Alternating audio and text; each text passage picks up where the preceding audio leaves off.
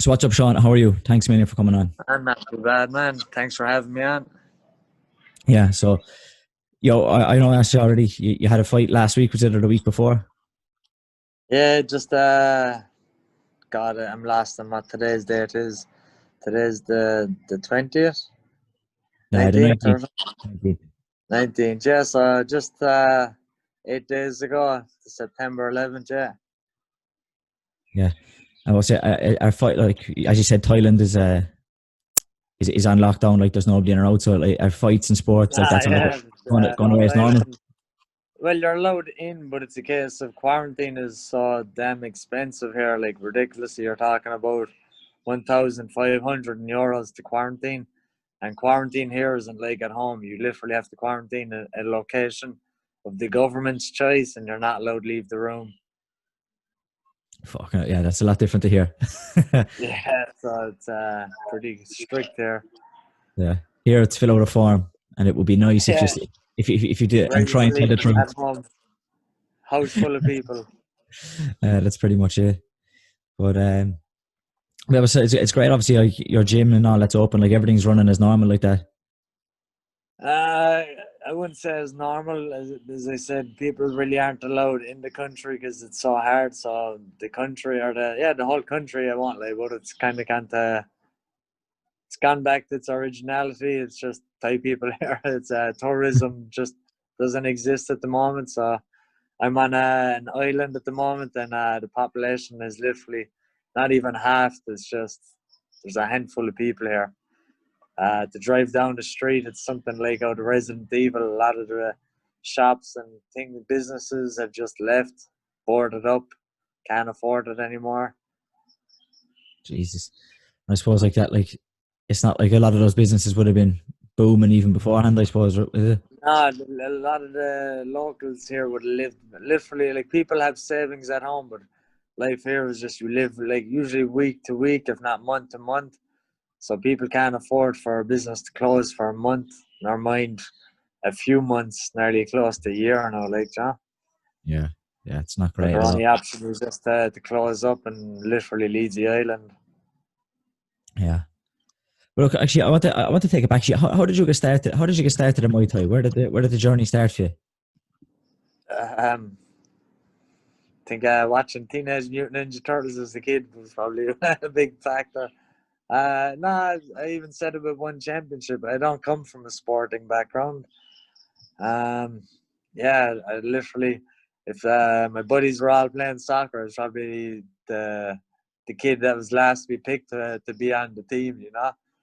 So I just didn't have a sporting background. I won't blame my parents, but my parents more encouraged me to play music, and I spent about 6 years doing musical instruments and stuff. But I just had no interest in it. If I talked about going to boxing or something, the mother had, she was just, yeah, she's a mother. I'm not going to speak ill of her because she's a great woman. But one mother wants to see her kid go into the violent kind of lifestyle. Yeah. So yeah, And would your friends have that's it. would your friends have picked you to be a fighter? Nah, it's as I said, I didn't come from a sporting background. So if you ask my bunch of friends, I was more of the class clown of the group. I was always just cracking jokes and just being a wise ass, or just had smart comments to say. Uh, with no athletic background, I would be the last option to probably take any kind of sport at all. Yeah. So then, like after seeing Teenage Mutant Ninja Turtles and wanting to start some fighting, but for me it was Power Rangers. I think, and that's come up a couple of Everyone times. has their thing; they just don't Yeah, know it. yeah. Teenage Mutant Ninja Turtles. That's come up a few times for people who've been on the podcast that have said that's why they started. Oh yeah, Yeah, for me it was Power Rangers. Some other people it was watching the Karate Kid or watching a Bruce Lee movie. So like it's always yeah. I remember all those movies. I was always into just martial arts. Always had that knack for it, but yeah, it wasn't until the age of 21 I eventually went along to Martin Horgan, one of his classes. So yeah. yeah. And why was it Muay Thai? What was it not like? I don't know, Taekwondo, boxing. Was it not Jiu-Jitsu or judo? Why was it? Why was it Muay Thai? Honestly, it was I was one of those people that I was like I had a personal trainer. I was working away, and I was paying the fella to try and help me get just muscular, bigger. Like we all had that image, like the bigger we are, the better we're gonna be. And like when I look back, you're just like, oh, you idiot! Like, but yeah, I was trying to see how much weights I could lift. It was more bragging about how much weight I could lift. And he was recommending me. He's like, you're a stubborn character. He's like, and he'd be friends with Martin Horgan. He was like, go along to this. And he was pushing me. And I'll be 100% honest. If you said Thai boxing to me, I'd be like, what is that? Is it like kickboxing or something? And yeah, the rest is history. I went along to Silver Springs, is one of the locations a lot of fighters would know it. In Cork, Martin had a show on, and yeah, he was actually making a comeback fight from 5 years. And my God, I was on the edge of my seat for the entire thing. I was nearly sweating in the crowd, like I didn't know any of these people, but I wanted to know them. I was just like, this stuff is electric. I was like, this is amazing. And I was typical, like you have your social media people, like they like to run their mouth and like speak before they know the stuff. I was like watching these guys fighting, and I was like, why are they so tired? I can do this. This is easy. They should be so tired. I was one of those people. Like, I was like, God, they got. John, I was like, why the clinching? There should be more, John. So, but I was just saying all that to my friends, and yeah, a group of us finally, I'd say, a few days after the event, a group of us of about, God, I'd say about 8 of us went to Martin. Like I had to drive 40 to 50 minutes to get to Martin's place. I'm from Fermoy. It's well down the road. It's like it's country basically to the city. And yeah, I went along to Martin's, and I think I was the only one to return the next day and just be like, I'm hooked.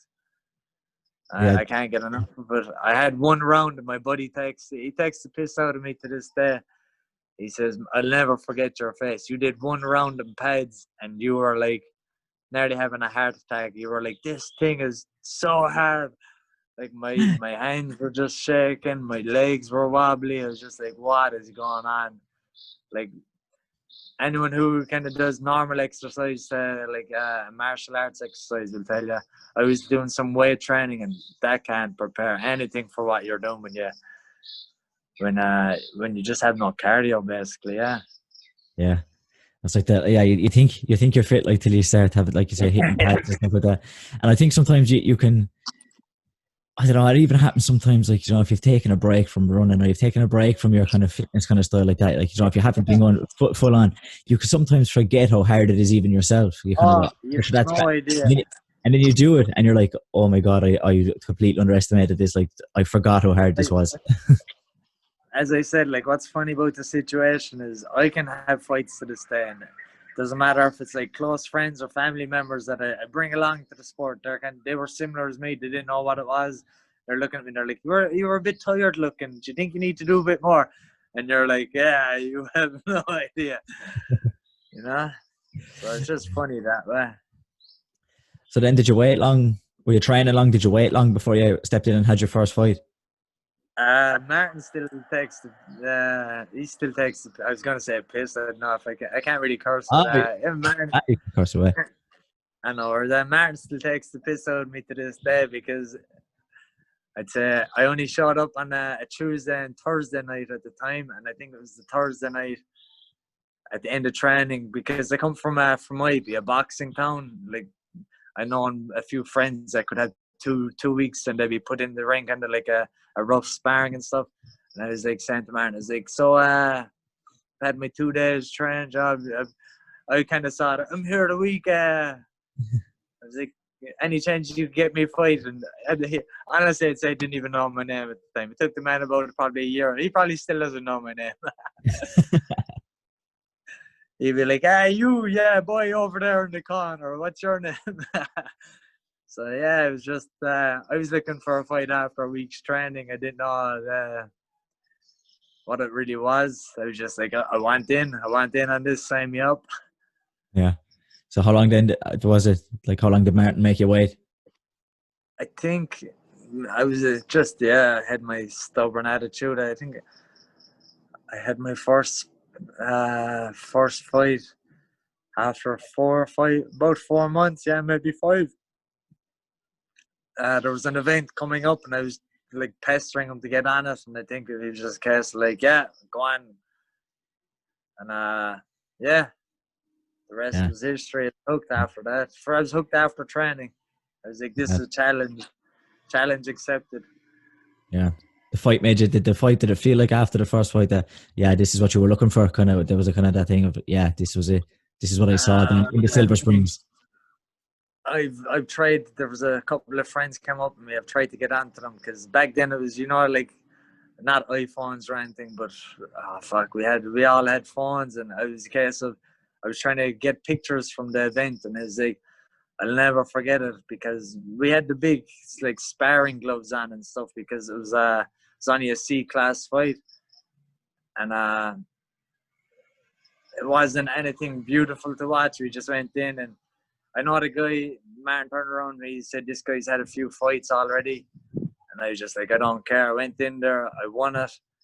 And there was no steps down off the ring. This is the one thing I remember about the fight. There was no steps down because, yeah, I thought my cardio was something, but it clearly wasn't, because I remember calling one of my friends out of the crowd. I was like, get over here. And he's like, what's wrong? He's like, well done, well done. I was like, shut up, man. I was like, I can't step down off the ring. My legs are like buckled underneath me, like they were jelly. Like I was like, I gotta lean on top of you. Basically, I was like, catch me. But I was like, I gotta lean on you. I was like, come here. I was like, I need to lean on your shoulders. I jumped down off the ring, because anyone, if you know the ring is a fair old height up. So I was like, I gotta jump down off this. I was like, if I just jump down alone, my legs are gonna buckle underneath me. I was like, so yeah. Yes, I gave you the true sense of like that. This is why they're clinching and not punching and kicking as much. Yeah, it was just every fight, even to this day, it was just like more needs to be done. This has to be done. This needs to be improved. This needs to be improved. To this day, I can't watch fights myself because I'm just a horrible critic on. That's awful. That's terrible. That's, oh my God, look. That's what my trainer's talking about, and this and that. And people could be sitting beside me. That was great. That was great. I'm like, I don't see anything. I've seen all the wrong stuff. I was like, I need to go back and start doing this. I need to be working on that. And I presume that's what kind of basically got me to this point as well, that I just was always itching to improve what needed to be done. Yeah. I suppose that's the champion mindset. Like all the people who would be successful would say the same, like that when they watch them. It's the negatives they pick out from a performance more so than just the positives. Yeah, I beat myself up more than anything. And most thing I can say to anyone listening or anyone I teach or anything, I always say, without the losses in my career, there's no way I would be here to this day. I wouldn't have learned, like the losses or just any hard fights even is where I learned the most about myself. I learned the most about the weak areas of my ability, all that kind of stuff. Yeah. So then how long did it take you to come through the classes, like from C class to get to A class? How long did it take you to move through them? I can't say how many fights I was roughly after, but I remember it was Arnold Callan. He was going to Thailand.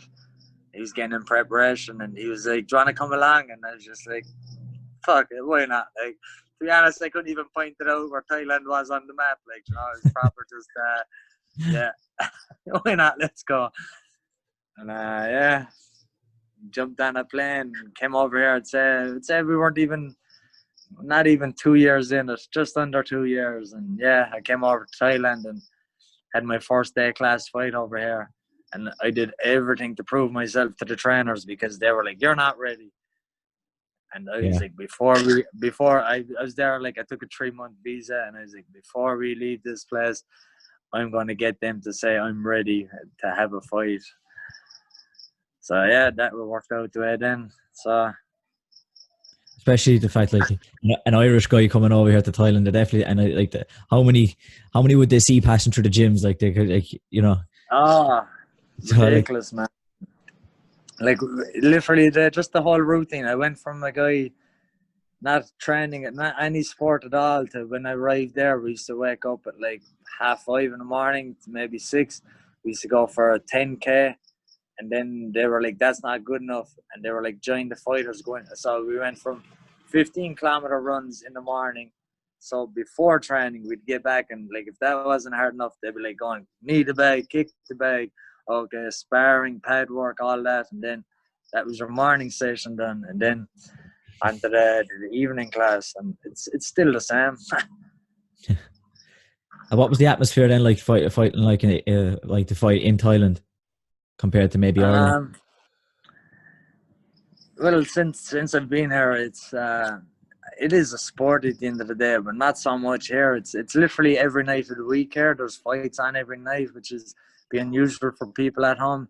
So here it's not like at home. It's more built up and like between trying to sell tickets, I understand, but as in the whole media side, you build up fights more. But here it's just there's a fight every night of the week, so it's known as a job here basically. Like when we speak in Thai, you can say like someone say, "What do you do for a living?" And you say I'm a fighter as like a job title, same as you'd say I'm a carpenter. Yeah, that's mad. Different culture, isn't it? It's different that way as well. Yeah, but like that, I think it's mad. Like how often they even fight over there. Like you said, there's a fight every night. Like just the same people like every so often. Yeah, man. I'm not gonna lie. I can feel myself getting that bit slow now. But that I went from at some stages in 2 months I was having 5 fights. Like my trainers used to be laughing at me like I could be getting the thing. I get cut between elbows. I just walk into elbows a lot. Yeah, but I could have stitches along the eye. And we've one funny incident here at the gym. Never since then it's never changed. But I had a fight the next day. I took off, and the day after that I was training, and the trainer came out. He's the boss, but he's my head trainer as well. He came out and he's like, "You can't train." I was like, "Why? I fight next week." And he's like, I'll cancel that. Don't worry.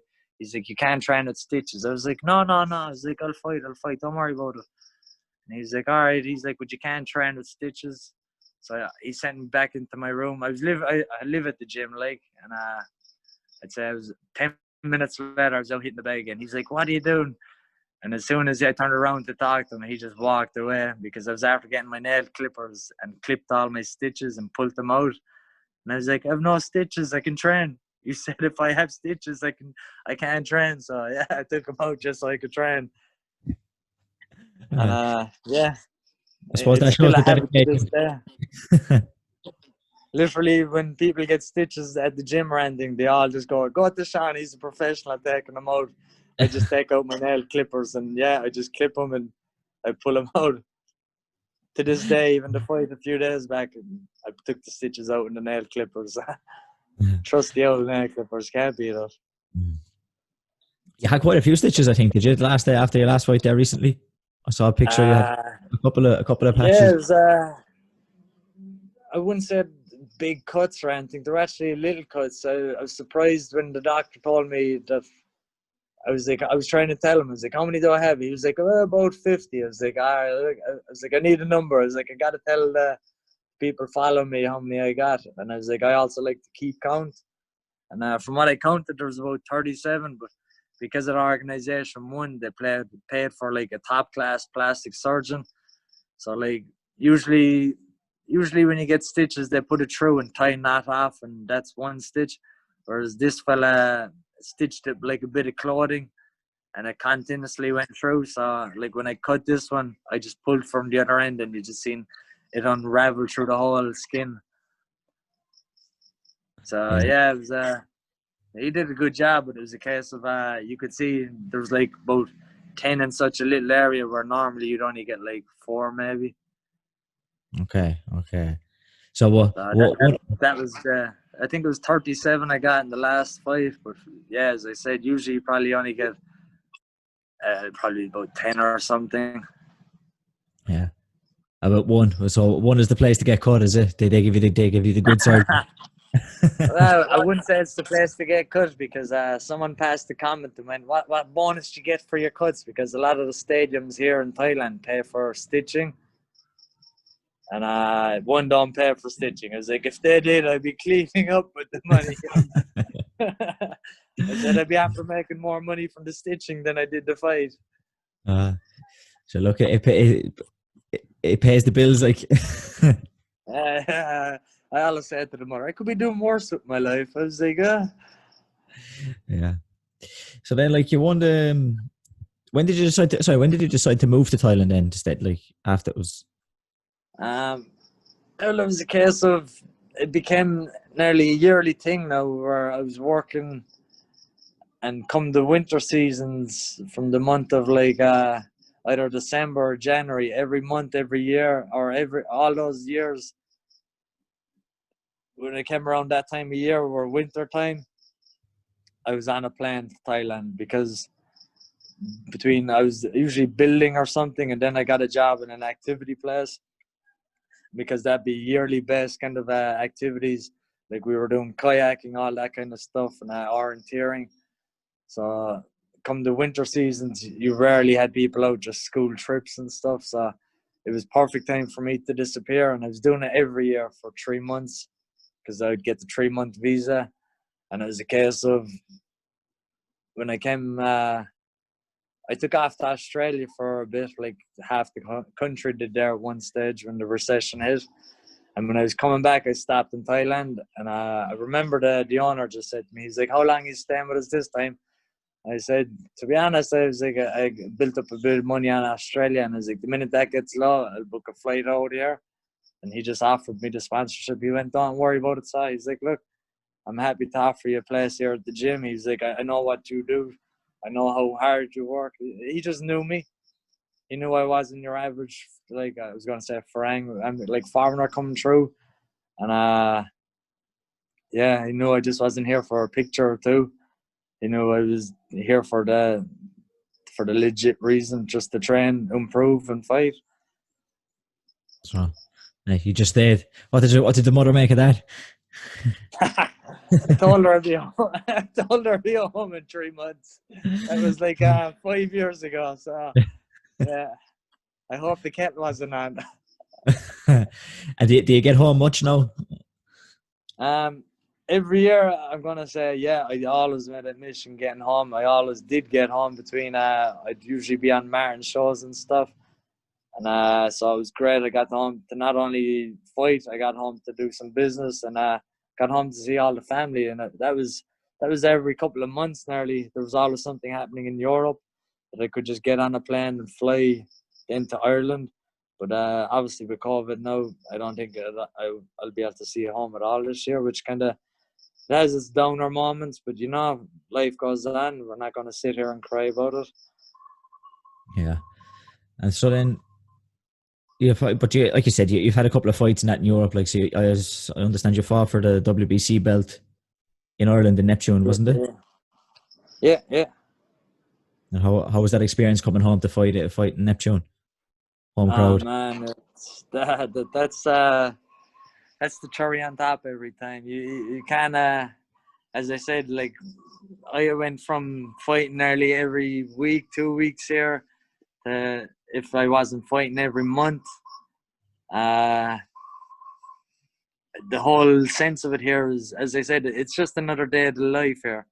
So the whole build up, everything wasn't the same. But the minute I got to go home and fight, you can't beat home crowd. The minute they're cheering for you and your friends and family, they're all there for you. You can't explain that experience unless you've experienced it. Whether it was just any kind of sporting event or just any kind of event in your life at all, where you had that support from people close to you. So it's fire to your fuel. It burns it, and that's like an amazing feeling. Yeah. Did like that at all? Did you have your friends after coming in and saying, "Why were you tired?" Or you tell and then you tell them to fuck off, I've got this green strap over my shoulder here. I just say, shut up and buy me a whiskey there or something. Usually I'd be dripping in blood and go, if you think you can do better, go in and show me. Yeah. And so, did you fight? There's kind of 2 WBC belts that you fought for. Was it like the international and then like another one? Or? Yeah. You'd work your way up through the rankings, and you'd have the European one, and then you get intercontinental. Like different parts of the world have different ones. You have obviously the Asian belt, and some countries have state titles and stuff. So for us, it was either go for European and then go for the international one. I was lucky enough to get the international, and obviously once you get the world one, you have to run it. You're not going to complain. You release the rest, and you let other people fight for them. You take your name off the list. You go to the top. Yeah. And so then, like with defending that belt, like then how many times did you have to defend it? Did you have to defend it straight away, or was there a conflict? Unfortunately, I didn't get to defend it yet. It was a case of you have to, under their regulations, you have to defend it at least within 6 months. And I was actually, literally, I was like 4 days out from getting on a plane to fly to Australia because I was defending it in Australia.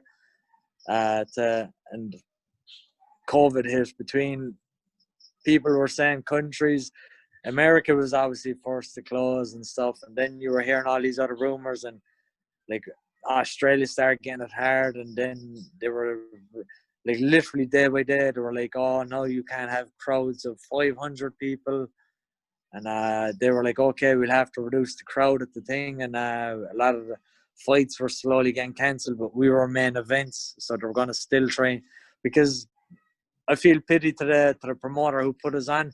He had paid for my flights, everything. And because of COVID, he had to pay for my flights too, because the airline he first booked with, something happened with them, and then he had to rebook it. You can guarantee they didn't get refunded on this. But yeah, I was literally like 3-4 days away from just getting on a plane to go to Australia to defend it. And COVID happened, and there's no need. I don't need to explain what else happened after that. The whole world kind of shut down, and they know the rest. So then, are you still, have they taken the belt off you, or are you still the champion? Like, will be able to it's still the champion. Yeah, it's a case of slowly things are starting to open up. Thankfully now, things are just starting to go back to normal. Life is getting back to normal a small bit here, in a sense of they just allowed a certain amount of people into fights now. Before there was no crowds allowed. Now they're starting to allow just little crowds in and stuff. And as I said, we don't really, COVID isn't a thing here in this country, so it's not really a scary thing for crowds, but they're just following the rules of every other country as well.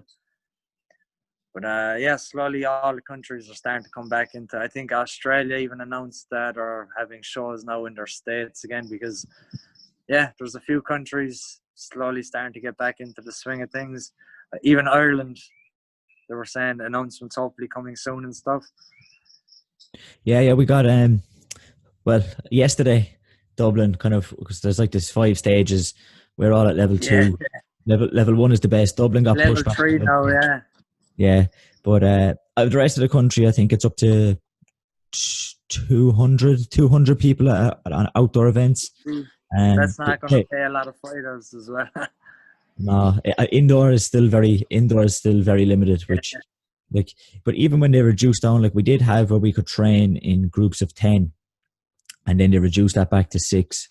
And I was on Twitter and I've seen all the stuff like about the GEA and others and soccer are complaining about like, oh, we can't have spectators at our sports, and I'm kind of looking like we might even have a sport. Like, do you know what I mean? It's like it's still a harsh world of what's happening.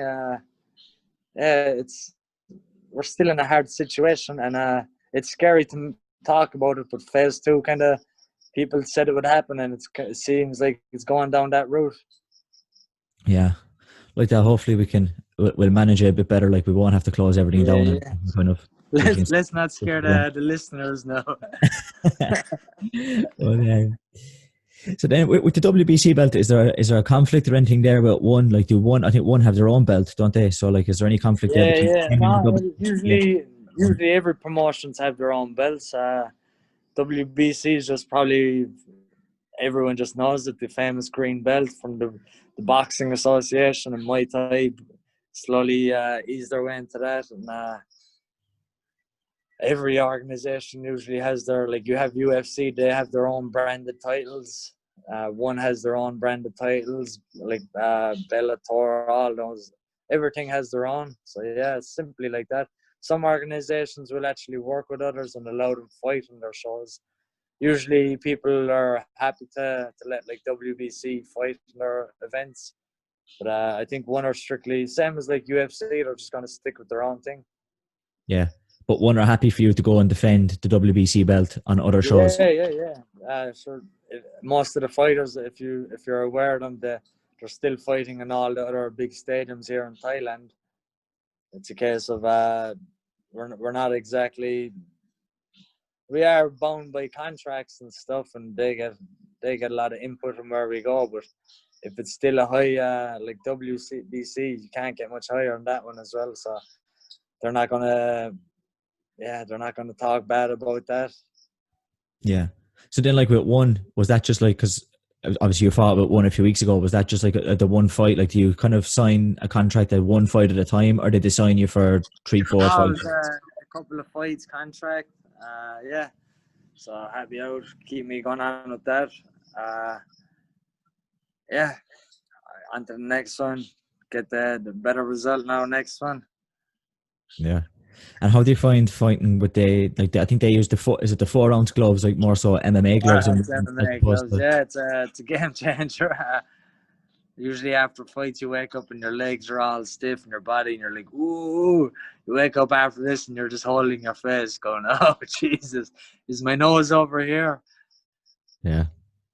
So yeah, it's definitely, I'm not a stranger to it. I've done between the MMA gloves in Ireland, I did in Australia, all that kind of stuff. I even did the bare knuckle card choke is what they call it here.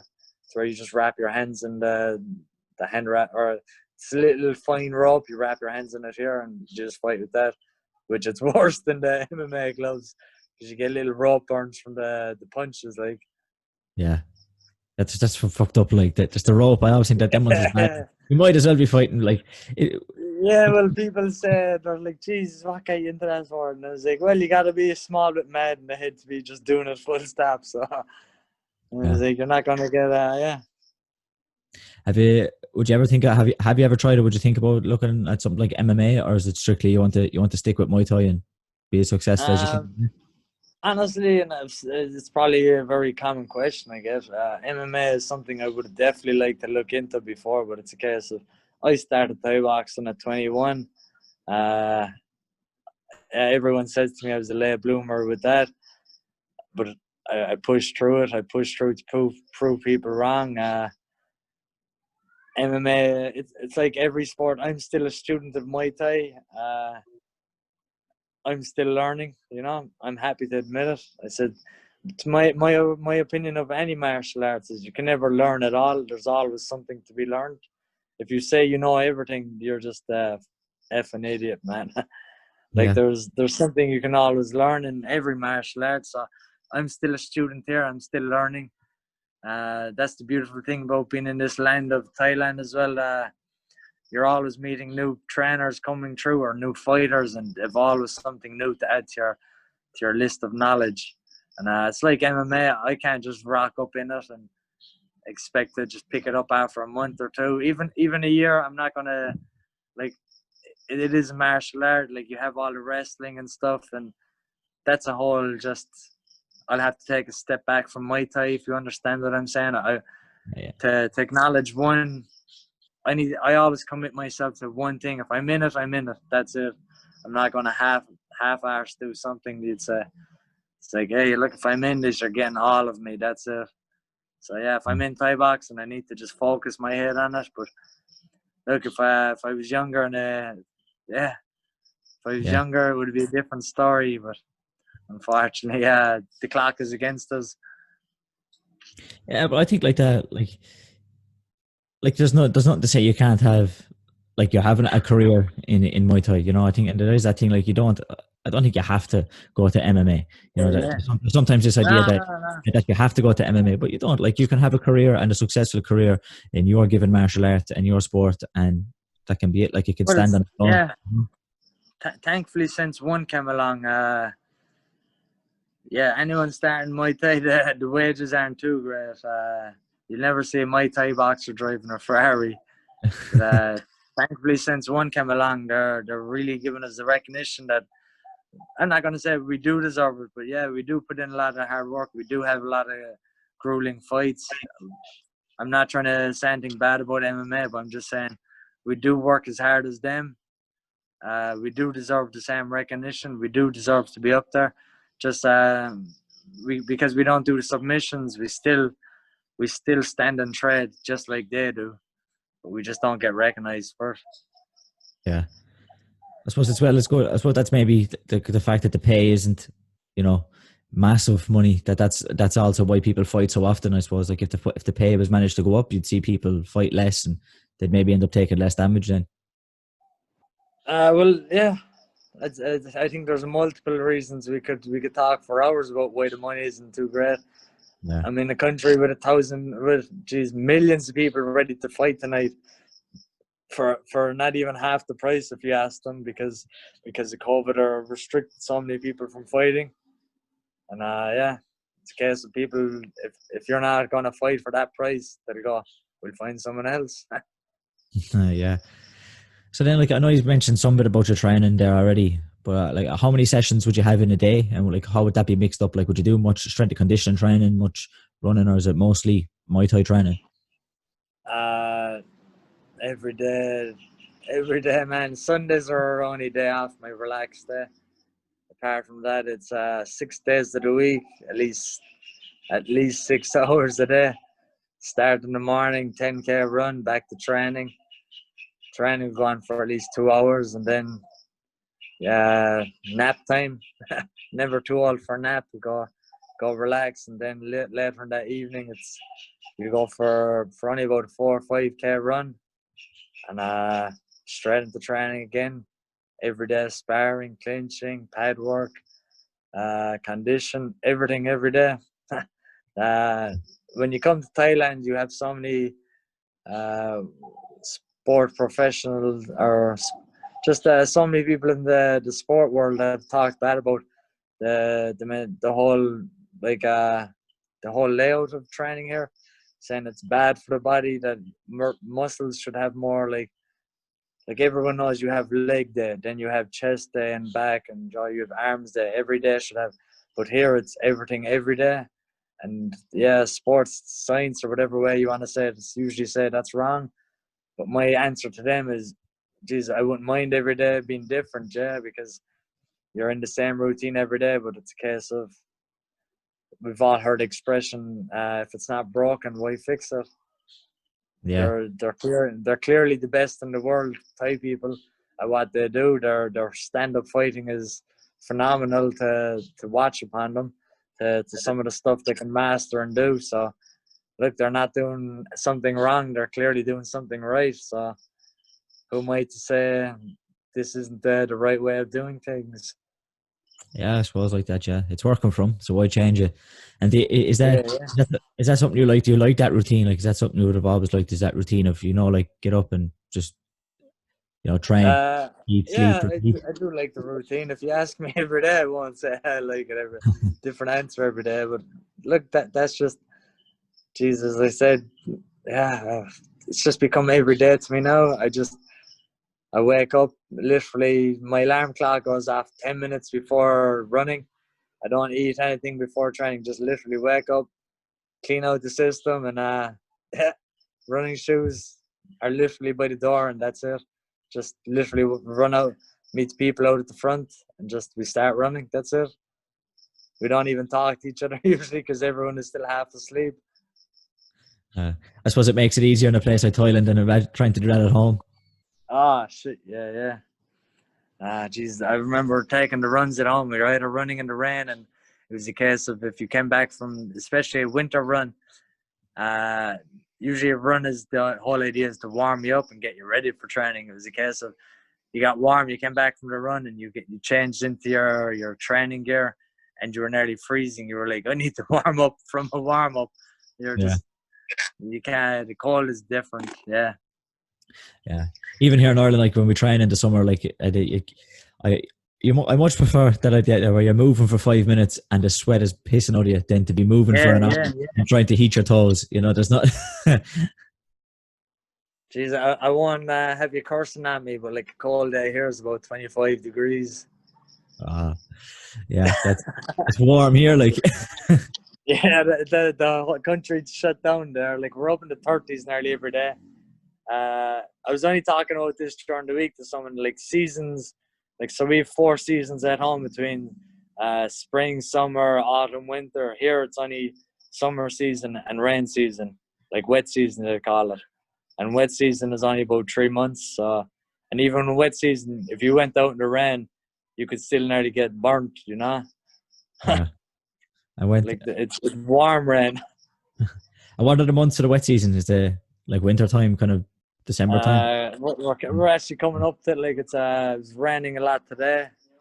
It'll be coming into like November, December, January, and then it kind of starts to ease off. But yeah, every year November, December usually are kind of just a washout. Yeah, so it doesn't stop training and it doesn't stop the runs. No, it doesn't stop nothing. As I said, it's just running in warm water. And so, have you done all, like, do you find yourself doing any of the touristy stuff now, or have you all that done over in Thailand? It's just fighting, or being there for 5 years? Man, it's that's a funny one. It's a case of like, you live in your own hometown and people tell you about these things next door to your house or just a few minutes out the road, and you're like, geez, been here my whole life and I haven't seen any of that stuff. I've been here so long, it's like, geez, I haven't done any of that stuff. And so many tourists come through saying, would you recommend this? And I'm usually just looking at them going, honestly, I have no idea. I haven't done most of that stuff myself. Yeah. Do you think you'll stay there, or is there any consideration to moving back to Ireland, or are you happy to stay there and just keep fighting for as long as you can? Oh man, no, geez, there's a clock in the body. I once said that, and I always said to the parents that the heart is at home. You know, I'm a man on a mission. Yeah, back to Cork. Back to the cold. Oh shit. Yeah. So in terms of then, like, would you be somebody who maybe would you cut much weight then, like, for when you fight, or are you someone who sits kind of pretty much at your weight class all the time? No, everyone cuts weight between, like, usually normal events. I'm capable of cutting anything between 5-6 kilos nearly in a week. But one championship I've reduced all that, and we get hydration tests, all that kind of stuff. And it's a case of before any, like, you'll have 3 weigh-ins, and it's a case of you get a hydration test before the weigh-in, so it means that you're not lacking fluid in your body, that you have enough water in your system, and you're not totally dehydrated or near enough to being dehydrated, or you fail. And that's the most important thing you got to pass when it comes to this event. You got to pass the hydration one before they even check your weight. Oh, so yeah, that's something different, all right, isn't it? Like it's very different. It's a game changer. It's kind of nice in a sense that you're fighting the guy at a walk around the way, because I do know of some people who can cut nearly 10 kilos and they'll be nearly the 10 kilos the next day. Yeah. Do you find that you perform better with it, like the fact you find through the hydration, like, you're fighting, like, do you feel your performance is better not having cut much weight? Honestly, I believe it's more of it's a mentality. You either you believe what you want, and I believe the mind is that way.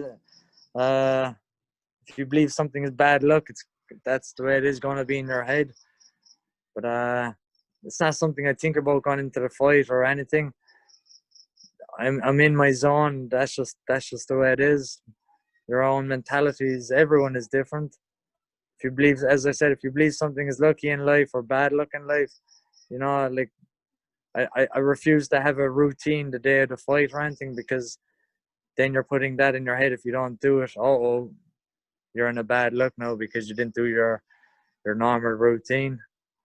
Yeah. Or if you don't have your lucky underpants on or some crazy stuff like that. Yeah, I suppose like that. There's some routines I think maybe like that can be fine if they make you feel comfortable, but you can't use them as a crutch nearly. Yeah. If it's a case of, if I don't do this, I won't win. It's like, if you have that mindset, that's going to affect you negatively. Like you said, if you don't have your look. If you have a pair of underpants you like to wear, if you have a pair of underpants you like to wear, maybe try and wear them, but don't be too hung up if you're not wearing them. I won't win. Like, make yourself feel Yeah, comfortable. Do what you'd you be actually surprised how many people have little superstitions, and I'm just like, nah, that you can't have that in life. You can't. People always said they need to eat a certain thing, just little things like that. I'm like, you gotta let that stuff go, because especially if you're fighting in different countries, you can't expect to have certain things, or if you don't pack something with you, you know. Yeah. And so when do you think you'll get your next fight in? 2 weeks time, or Uh, it'll be a couple of months? you just gotta you gotta wait like everyone else now, and wait for the announcements. We've signed a lot of stuff saying we can't reveal anything or give any little hints away, so you just gotta be patient and watch for announcements, just like everyone else. All right. So one will be coming for you. That's it. That's it. So yeah, before we finish up, and I have one more question. I think that I ask everybody, if you had to pick a favorite fighter, it can be a Muay Thai, it could be boxing, it could be MMA. If you had to pick a favorite fighter in any sport, who would you pick? Geez, that's an easy one for me. Tyson. I'd say everyone probably mentions. I still watch his podcast to this day. I've watched a lot of documentaries about him, how he was actually an emotional person. Everyone thinks he was a real animalistic person, but he was just, he was a person scared of the world as well, and that's how he defended himself. Yeah, the podcast he done there recently with Joe Rogan, I thought that was one of the best podcasts I've Yeah, listened to. I thought, and compared to the one he did first, like he was like completely different person. Like you could see straight away, like there was a fire his in him whole again. It input was and just knowledge of even life the way is he actually was, mind blowing. yeah, and like the way like the first time he was on, he was kind of just chill back. I suppose he was stoned, like so he was, he was chill. But the last time he was on a few weeks ago, he had that fire. Like you could just see he was just like he was like a Yeah, different person. He was the first time it was on, it was like he was like Mike Tyson, and then when he was on a few weeks ago, he was Mike fucking Tyson. You know what I mean? It was that kind of the one we all fear. yeah. But I was good pick, Mike Tyson. He hasn't been said too often, but I don't know why. But yeah, a good pick. Yeah, I've a list of fighters I could name out. Just but Tyson be definitely just top. But it's just who isn't a fan, you know? Yeah, 100%. So, but yeah, look, I think we'll leave it there. Thanks a million for coming on. I really enjoyed the chat, Appreciate it, Danny. hearing your story like that. I'll be looking for the announcement of the next fight, and I might try and I'll try to give it a watch. Do man. All right. Yeah, take care, man. All the best. All right. Be good, and if you can't be good at it. Lovely stuff. All right, go on, man.